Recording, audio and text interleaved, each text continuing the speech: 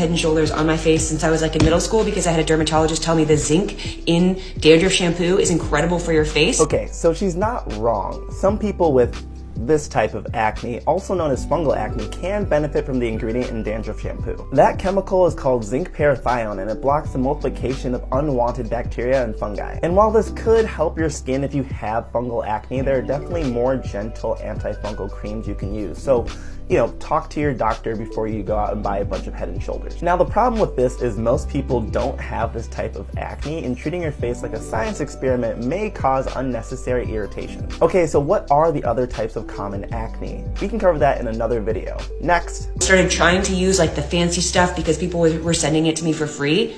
Never had worse skin in my entire life. Okay, to be honest, what likely happened is you used too many different types of the fancy stuff, which would have contributed to it getting worse. Not to mention it may have just been the wrong product for your type of skin and acne. Stick to a simple, personalized routine and give it time to work. 3 days ago, I threw everything away and started using my Dandruff Shampoo again.